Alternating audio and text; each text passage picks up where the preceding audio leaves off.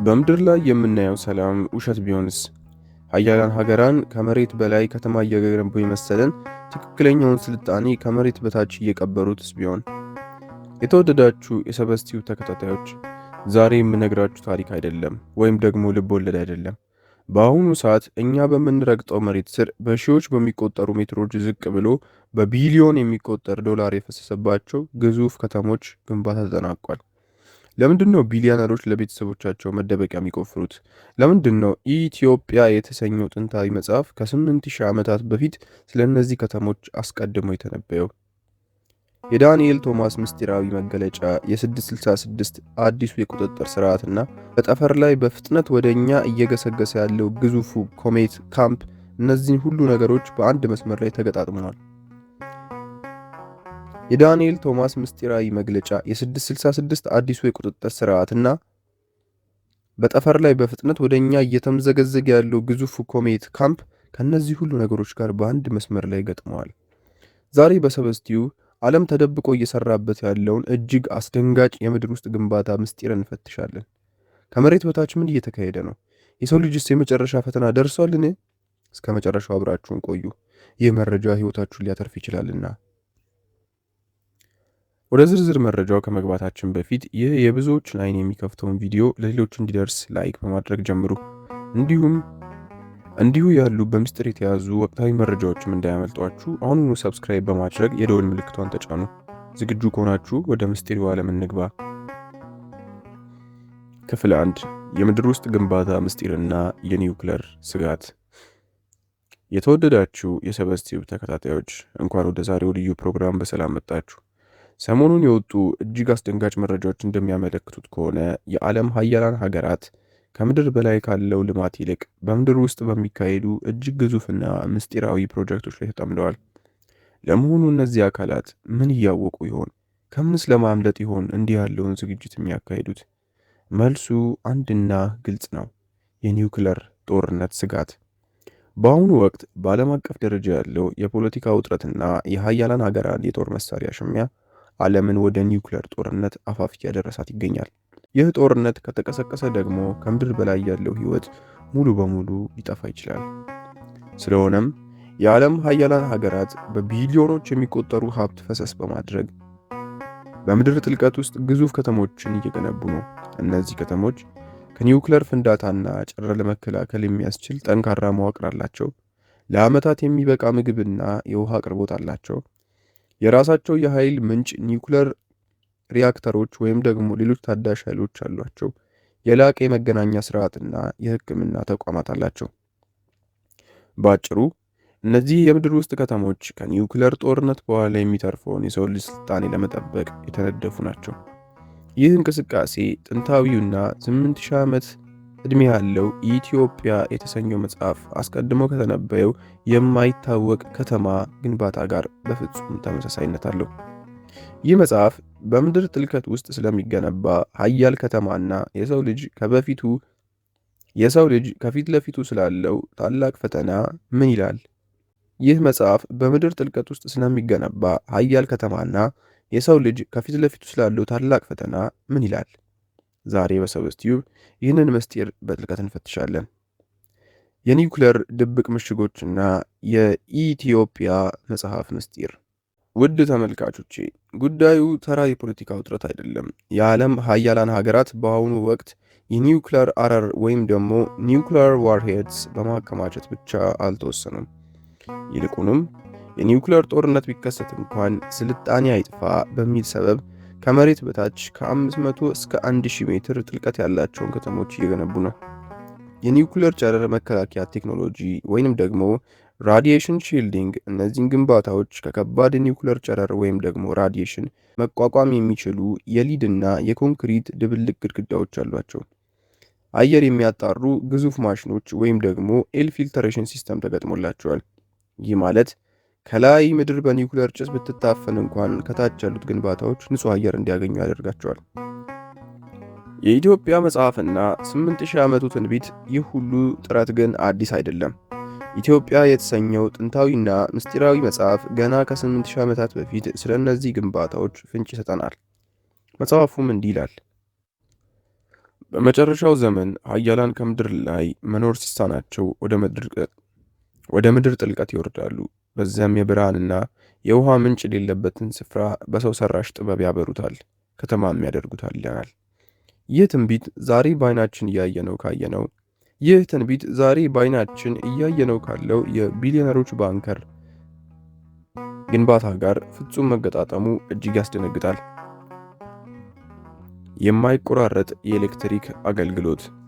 በእነዚህ ከተሞች ውስጥ የፀሐይ ብርሃን የለም፣ ነገር ግን ለብዙ አስርተ ዓመታት ሊያገለግሉ የሚችሉ ትናንሽ የኒውክሌር ሪያክተሮች ወይም ደግሞ ስሞል ሞጁላር ሪያክተርስ ተቀብረዋል። ይህ ማለት ምድር በጨለማ ብትዋጥ እንኳ በከርሰ ምድር ውስጥ ያለው የኃያላን ከተማ እንደደመቀ ይቀጥላል።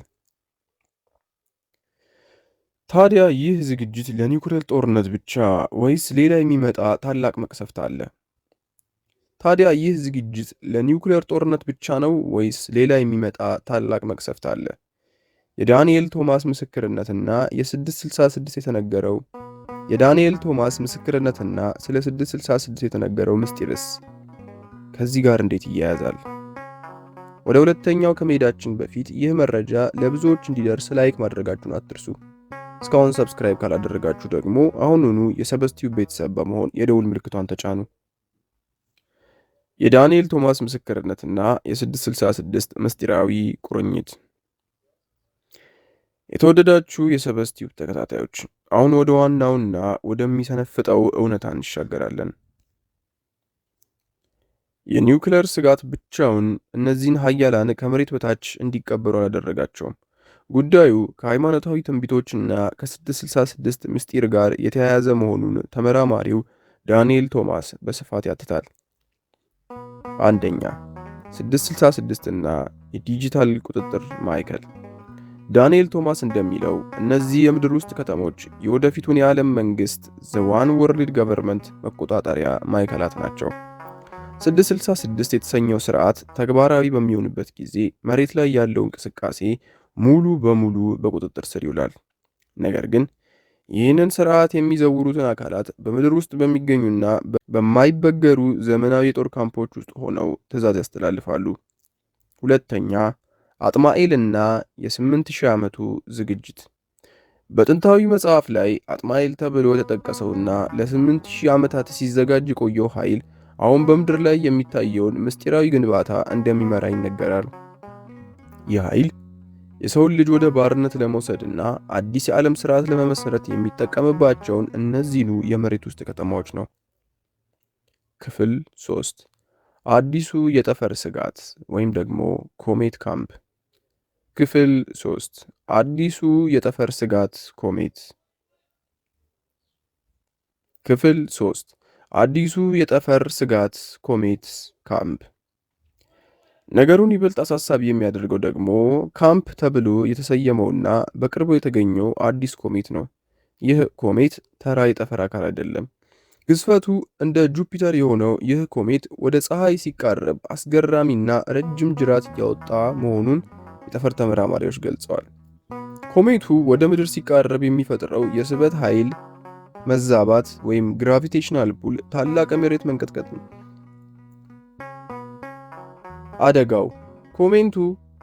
አደጋው ኮሜቱ ወደ ምድር ሲቃረብ የሚፈጥረው የስበት ኃይል መዛባት ወይም ግራቪቴሽናል ፑል ታላላቅ የመሬት መንቀጥቀጦችንና የውቅያኖስን መናወጥ ሊያስከትል ይችላል። በሽታዎች። ዳንኤል ቶማስ አያይዞ እንደገለጸው ይህ ኮሜት በጅራቱ ውስጥ የተለያዩ የጠፈር ብናኞችና በሽታ አምጪ ተህዋሲያንን ይዞ ሊመጣ እንደሚችል ስጋት አለ። ኃያላኑ በምድር ውስጥ የሚደበቁት ከኒውክሌር ጦርነት ብቻ ሳይሆን ይህ ኮሜት ከሚያስከትለው የተፈጥሮ መቅሰፍት ለማምለጥ ጭምር ነው። የተወደዳችሁ የሰበስቲው ቤተሰቦች፣ የዓለም ፍጻሜ ምልክቶች በየአቅጣጫው እየታዩ ነው። ኃያላኑ በምድር ውስጥ ቢደበቁም ከፈጣሪ ፍርድ ግን የሚያመልጥ ማንም የለም። ዳንኤል ቶማስ እንዳለው የመጀመሪያው ክፍል ፋይናንስ ተጠናቋል።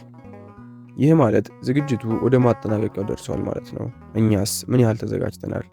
አቤቱ እኔን ለመርዳት ፍጠን፣ ወደ እኔም ተመልከት። ሁልጊዜም ማዳንን እንድንመለከትና ከሚመጣው ቁጣ እንድናመልጥ ጸሎታችን ይሁን። ክፍል 4 የመጀመሪያው ክፍል ፋይናንስ ተጠናቋል። የዳንኤል ቶማስ የመጨረሻ ማስጠንቀቂያ።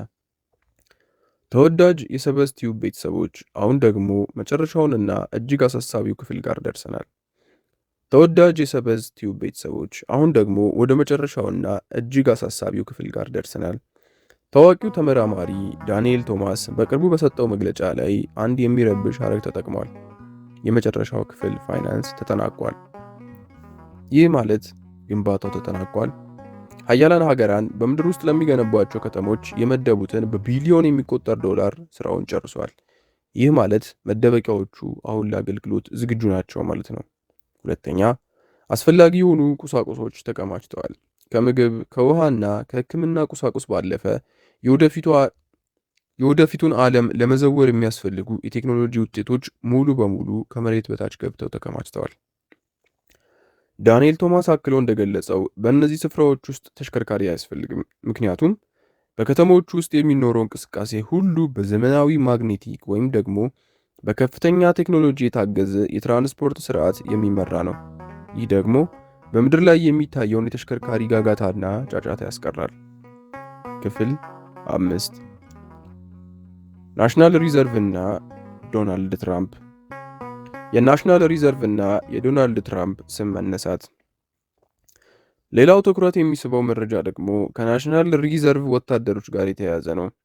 ከ1 ሚሊዮን በላይ የሚሆኑ የናሽናል ሪዘርቭ ወታደሮች ለልዩ ተልዕኮ እየተዘጋጁ እንደሆነ ይነገራል። እነዚህ ወታደሮች ኃላፊነት ያለባቸው እነዚህን የምድር ውስጥ ከተሞች ለመጠበቅና በምድር ላይ ትርምስ ሲፈጠር ስርዓት ለማስከበር እንደሆነ ይገመታል። በተለይም ከዶናልድ ትራምፕ ስም ጋር ተያይዞ የሚነሱ መረጃዎች የዓለም ፖለቲካን ወደ አንድ ትልቅ ለውጥ እያመራ እንደሆነ ይጠቁማሉ። ክፍል 5 አዲሱ ኮሜትና ወደ ፀሐይ የሚደረግ ጉዞ። ከካምፕ ኮሜት በተጨማሪ የተገኘው አንድ አዲስ ኮሜት በጠፈር ተመራማሪዎች ዘንድ ትኩረትን አግኝቷል። ይህ ኮሜት ወደ ፀሐይ እየተቃረበ ሲሄድ የሚፈጥረው ብርሃንና ሙቀት በምድር ላይ ያሉትን የኤሌክትሮኒክስ መሳሪያዎች ሙሉ በሙሉ ሊያጠቃ እንደሚችል ስጋት አለ። ሀያላኑ በምድር ውስጥ የሚገነቧቸው ከተሞች ከዚህ የፀሐይ ማዕበል ለመከላከል የሚያስችሉ ልዩ ሽፋን እንዳላቸው ይነገራል። ይህ ማለት ምድር በፀሐይ ሙቀት ስትጠቃ፣ እነሱ ግን በቅዝቃዜና በሰላም ከመሬት በታች ይኖራሉ ማለት ነው። የመደምደሚያ መልእክትና የጸሎት ጥሪ። ውድ የሰበዝ ቲዩብ ተከታታዮች፣ ይህ ሁሉ ዝግጅት፣ ይህ ሁሉ ድካምና ወጪ አንድን ነገር ብቻ ያሳየናል። ዓለም ወደ ፍጻሜዋ እየቀረበች እንደሆነ። የመጽሐፍ ቅዱስ ትንቢቶች፣ ጥንታዊው ኢትዮጵያዊ የተሰኘው መጽሐፍና የዘመኑ የሳይንስ ግኝቶች በአንድ መስመር ላይ እየተገናኙ ነው። እኛ ግን መጠለያችንና መደበቂያችን ግንቦች ሳይሆኑ አንድ ፈጣሪያችን ነው። አቤቱ እኔን ለመርዳት ፍጠን፣ ወደ እኔም ተመልከት፣ ሁልጊዜም ማዳንህን እንድመለከትና በክፉ ቀን እንድጽናና እርዳኝ። ይህ መረጃ ለብዙዎች እንዲደርስ ሼር በማድረግ የበኩላችሁን ተወጡ። ስለ ኮሜቱና ስለ መሬት ውስጥ ከተሞች ያላችሁን ሐሳብ በኮሜንት መስጫው ላይ ጻፉልኝ። ቪዲዮውን ላይክ ማድረጋችሁን አትርሱ። ሰብስክራይብ በማድረግ የሰበዝ ቲዩብ ቤተሰብ መሆኑን ያረጋግጡ። በሚቀጥለው ፕሮግራም እስከምንገናኝ ሰላም ሁኑ።